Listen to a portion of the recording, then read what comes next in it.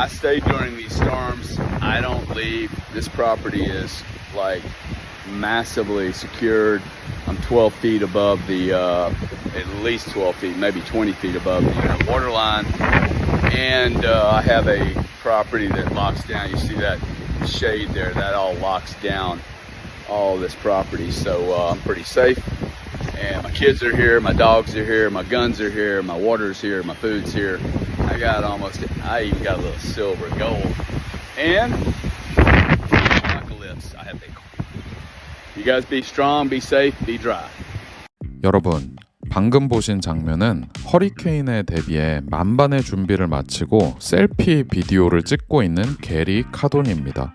게리 카돈이 누구냐고요? 게리 카돈은 그의 형 그랜트 카돈과 더불어 미국 부동산 업계에서 모르는 사람이 있을 수가 없는 부동산 투자를 통해 막대한 성공을 거둔 인물들입니다. 여기서 흥미로운 것은 이 형제가 올해 들어 비트코인에 완전 푹 빠져서 소위 말하는 비트코인 토끼굴에 깊이 들어갔다는 것이고, 심지어 본인들이 보유하고 있는 부동산들을 비트코인 수십 개, 수백 개를 받고 매각하고 있다는 것입니다. 즉, 부동산 거물들이 자신의 자산들을 비트코인으로 전환하고 있다는 건데요. 심지어 게리 카돈은 방금 보신 이 영상과 함께 이런 트윗을 남겼습니다. 허리케인은 비트코인을 파괴할 수 없다. 그동안 저는 여러 번 말씀드렸습니다. 주식 투자자들보다 부동산 투자자들이 비트코인을 빠르게 이해하는 경향이 있다고요. 그리고 그 이유가 분명히 있을 거라고요. 더 자세한 얘기를 하기 전에 게리 카돈의 또 다른 영상을 하나만 잠깐 더 보고 올게요. Hey Greg, I'm really excited about this announcement we're getting ready to make tomorrow on our expansion, on the media thing. I think, hiring like 2 or 3 more people, we might need to look at, renting an office space downtown. Yeah. I know you had some ideas about like doing a deal with some people that do that kind of stuff. What are your thoughts, man? Yeah, I mean, we could rent, but there's opportunity downtown right now to buy. I think buying would be we could buy a spot and we could build out studios. Yeah. Why the fuck would we buy a spot, dude? Look, Greg. We buy Bitcoin. We rent locations. Like when are we going to get this, bro? We buy Bitcoin. We go rent a location from somebody that makes a nice little 4 or 5 or 6% yield on us. Okay. Yeah. We can get in and out of that location anytime we want. And we produce more activities. We generate some fiat. We take the fiat, remove it from the bank, and we deploy it into Bitcoin. We buy Bitcoin. We rent everything else, bro. We buy Bitcoin. We rent everything else, bro.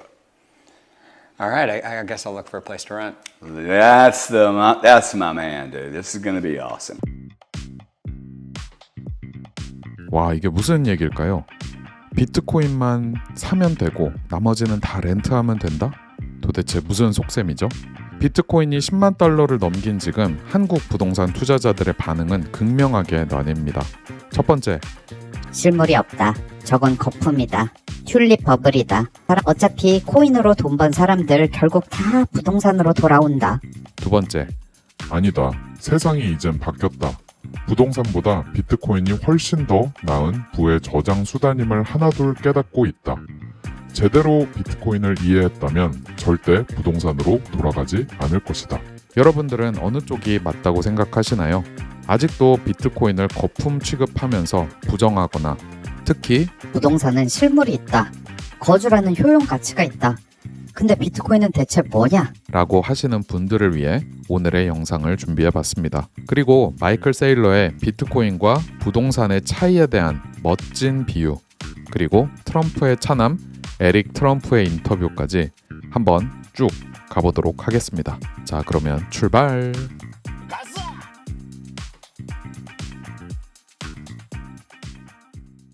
그 비트코인의 수요라는 게 도무지 뭔지 잘 모르겠어. 그게 왜 필요하지? 먹거나 입을 수 있는 것도 아니고, 부동산처럼 내가 거주할 수 있는 것도 아니고, 아니 주식처럼 뭐 회사가 있는 것도 아니고, 정부 화폐처럼 뭐 보장을 하는 주체가 있는 것도 아니고, 이 비트코인의 가치, 이 비트코인의 쓸모가 대체 어디서 온다는 거지? 자, 여기서 우리는 수많은 비트코인 회의론들을 관통하는 한 가지 사실을 알게 되는데요. 바로 대부분의 회의론자들은 여전히 비트코인의 0단계, 비트코인은 쓸모가 없다에 머무르고 있다는 것입니다. 비트코인이 어떤 식으로든 사용 가치가 있을 거라는 단계까지 아직 도달하지 못한 상태라고 할 수 있는 거죠. 사실 이 질문에 대한 답이 매우 중요합니다.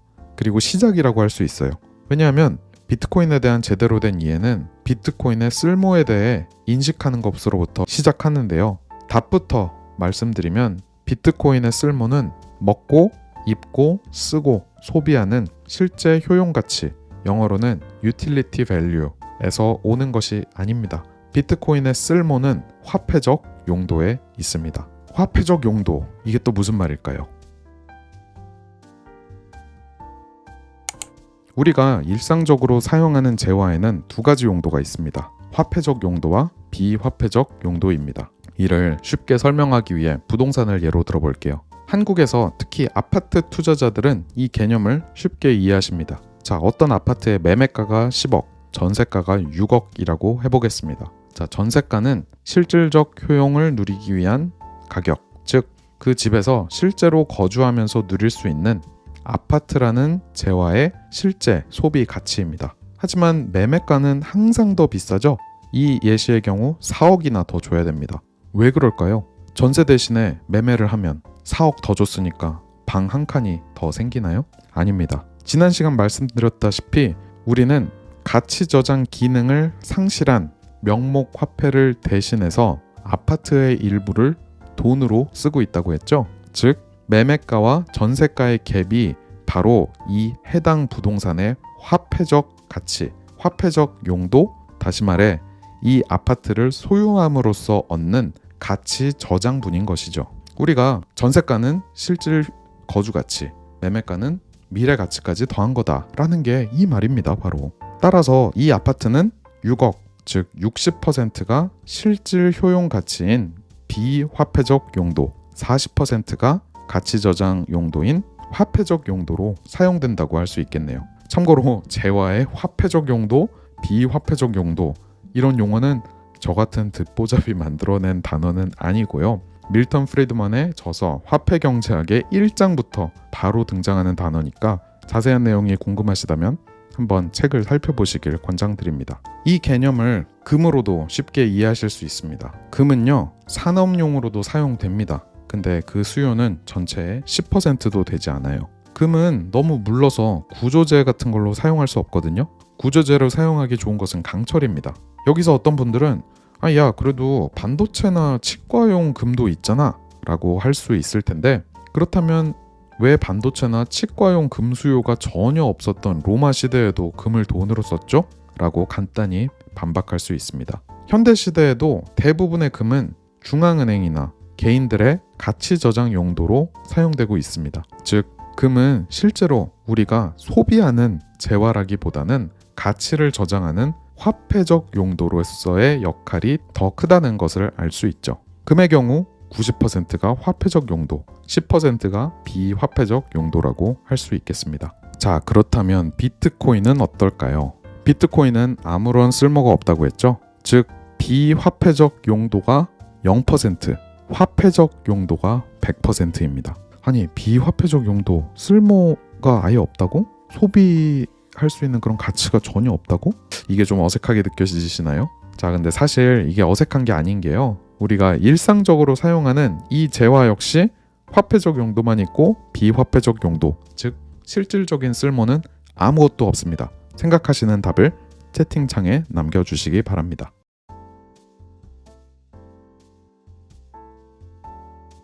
네, 정답 나왔나요? 정답은 명목화폐 혹은 정부화폐입니다. 이 명목화폐에는 아무런 실질적 효용이 없어요. 이거는 제 말을 믿으셔도 됩니다. 저기 영국의 중앙은행 총재라든지 죄송합니다만 우리 총재님이 업종화폐는 내재 가치가 없으니까 아니다. 그건 아니에요. 네네. 한국은행권도 내재 가치가 없긴 마찬가지고, 한국은행권도 내재 가치가 없긴 마찬가지고, 한국은행권도 내재 가치가 없긴 마찬가지고. 한국은행 국장님께서 아니라고 하셨습니다 지금. 저는 진실만 얘기합니다. 네, 이처럼 한국은행에서 근무하셨던 전 국장님도 인정하시는 사실이에요. 명목화폐에는 아무런 내재 가치가 없어요. 오로지 화폐적 용도만 존재합니다. 직접적으로 소비할 수 없는 것이란 거예요.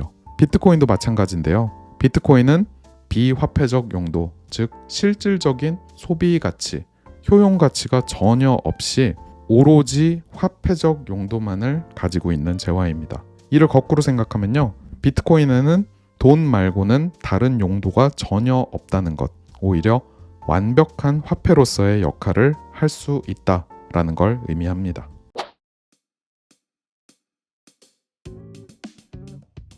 마이클 세일러는 특유의 비유를 통해 인플레이션 방어에 탁월한 부동산과 비트코인을 비교하면서 재미있게 이야기를 풀어내는데요. 이런 가정을 해보는 겁니다. 내가 만약 어떤 부동산을 소유하고 있는데 요술램프의 지니가 짠 나타나서 소원을 들어준다. 그래서 나는 이 부동산에 대해 평소에 마음에 안 들었던 점들을 하나하나 없애는 소원을 지니에게 빈다. 자, 그럼 시작해볼까요? 안녕 지니, 내가 가지고 있는 부동산은 물류 창고야. 일단 제일 먼저 이 부동산에 수명이 존재한다는 게 나는 마음에 안 들어. 10년, 20년, 30년, 뭐 100년 지나면 언젠가는 이 창고의 수명이 다 하잖아. 이 물류 창고의 수명, 다른 말로 내용 연수, 내용 연한을 무한대로 만들어줘. 그리고 태풍이나 지진 같은 게 일어나거나 폭동, 전쟁이라도 나면 이 물류 창고는 쑥대밭이 되겠지? 이걸 완전한 불사신과 같이 만들어줄래? 무슨 일이 일어나도 부서지지 않게 해줘. 그리고 또 앞으로 이 물류 창고를 운영하는 동안 수많은 유지관리비가 들어가잖아. 못해도 땅과 건물 가액의 2-3%씩은 매년 나가게 되어 있어. 3-40년 운영하면 운영비로만 이 부동산 가격이 되니까 내 물류 창고를 유지 보수가 아예 필요 없도록 아무 관리 없이도 잘 돌아가게 만들어줘. 오케이, 그러면 또 뭐가 있을까? 세금. 내 물류 창고를 소유하는 데에 있어서 내가 사는 나라는 재산세가 6%고 사고 팔 때마다 높은 양도세를 내야 돼. 근데 옆에 나라를 보니까 재산세가 3%고 양도세도 낮거든. 그니까 물류 창고에 텔레포트 기능을 넣어줄 수 있어? 눈 깜짝할 사이에 다른 나라로 슝 가버리는 거지. 그렇게 하면 세금이 가장 낮은 곳으로 그때그때 이동시키면 될 것 같은데? 아예 이렇게 해버리자. 물류 창고를 통째로 사이버 공간에 옮겨줘. 어차피 현실 세계에 떡하니 자리 차지하고 있으면 그 어떤 지자체나 정부도 세금 징수를 하려고 하거나 특수한 상황이 생기면 언제든 내 사유재산권을 침해할 수 있잖아. 예를 들어 어떤 넓은 부지를 개발하려는 목적이 있는 정부는 신도시 촉진법 같은 것을 만들어서 특정 땅을 강제로 수용하기도 하고, 또 전쟁 같은 게 나면 대부분의 호텔들은 국가가 임시적으로 압류하고 군 야전병원 같은 걸로 사용하거든. 사이버 공간에서 국경 없이 텔레포트가 가능하다면 더 안전한 곳, 더 세금 친화적인 곳을 내가 스스로 골라서 이동할 수 있잖아. 규제 지역을 내 마음대로 돌아다니고 싶어. 자, 그러면 또 뭐가 있을까? 내 물류 창고를 좀 유연하게 만들어줄 수 있어? 지금 임차인이 5년짜리 계약을 맺고 사용 중인데 계약 기간을 2년짜리, 1년짜리, 6개월, 3개월짜리, 아니 아예 하루나 반나절 이렇게도 임대를 주고 싶어. 그리고 지구 반대편에 있는 누군가한테도 창고 임대를 주고 사용료를 받고 싶어. 그리고 창고를 통째로 임대해 주는 게 아니라 그때그때 필요에 따라 반으로 쪼개서 각각을 다른 사람에게 임대해 줄 수 있게 해줘. 반이 뭐야? 100개, 1000개 얼마든지 쪼갰다가 붙였다가 할 수 있게도 하면 좋겠다. 쌉 가능? 오케이. 또 뭐가 있을까? 혹시 이런 건 안 되겠니? 지금 물류 창고의 설비들은 처음 지을 때 설치했던 것들인데 신기술 설비들이 나올 때마다 자동으로 막 업그레이드 하게 해줘. 오, 이런 것까지 된다고? 정말 고마워. 진이야, 그러지 말고 아예 하는 김에 물류 창고로 쓰이고 있는 내 부동산을 다른 용도로 변경해서 사용하게 해주면 어때? 예를 들면 신선식품 냉장 창고로? 꼭 창고일 필요도 없겠다. 아예 더 나가서 호텔로 썼다가 주택으로 썼다가 주차장으로 썼다가 비행장으로 썼다가 이렇게 내 마음대로 시설물들이 해체되었다가 다시 조합되었다가 하면 좋겠어. 이제 기능적으로는 충분히 만족스러운 것 같고, 지금부터 빌 소원은 내 부동산이 어떤 궁극의 경지에 다다르는 거니까 잘 들어줘. 일단 내가 이 부동산을 소유하고 있다는 사실, 이 부동산이 어디에 위치해 있다는 사실 자체를 완전히 아무도 모르게, 아니면 정말 알기 어렵게 해줘. 사이버 공간으로 텔레포트해와서 이미 안전하긴 하지만 나는 궁극의 프라이버시를 원하거든. 누군가가 이 물류창고를 발견해서 함부로 공격하러 오고 범죄 저지르러 오고 아니면 경쟁자가 나를 인식하고 정부가 딱 째려보고 있는 이 상황에서 아예 나는 벗어났으면 좋겠어. 그리고 이 넓은 대지에 퍼져 있는 부동산의 경제적 밀도를 무한대로 만들어줘. 무슨 말이냐면 완전히 압축해서 작은 사이즈로, 이를테면 카드 한 장? 아니면 손가락에 끼울 수 있는 반지? 이렇게 작게 만들어주면 안 돼? 드래곤볼이라는 만화 봤니? 거기에 캡슐이란 거 나오잖아. 내가 원하면 언제 어디서든 꺼내서 펑 하고 나타났다가 다시 펑 하고 작아지게 만들어주면 아니다, 그냥 내 머리에 집어넣을게. 그 정도로 완전히 압축해줘. 궁극의 휴대성이 완성될 것 같아. 그리고 마지막, 지금까지 얘기한 것들 중에서 제일 중요한 거니까 잘 들어. 무적의 불사시네. 텔레포트도 되고 무한으로 업그레이드도 되고 유지보수 안 해도 되고 무한으로 용도 변경, 사이즈 변경되고 프라이버시 지켜지고 다 좋아. 이렇게나 슈퍼 울트라 캡숑으로 업그레이드된 내 물류창고, 이 지구상에 2100만 개까지만 딱 만들고 그 이상은 그 누구도 절대 더 못 만들게 해줘. 내가 원하는 거는 궁극적인 희소성이거든. 여기서 더 욕심내면 안 되겠지? 수고했어 지니. 너가 업그레이드 해준 이 부동산 잘 쓸게. 근데 너 정체가 뭐니?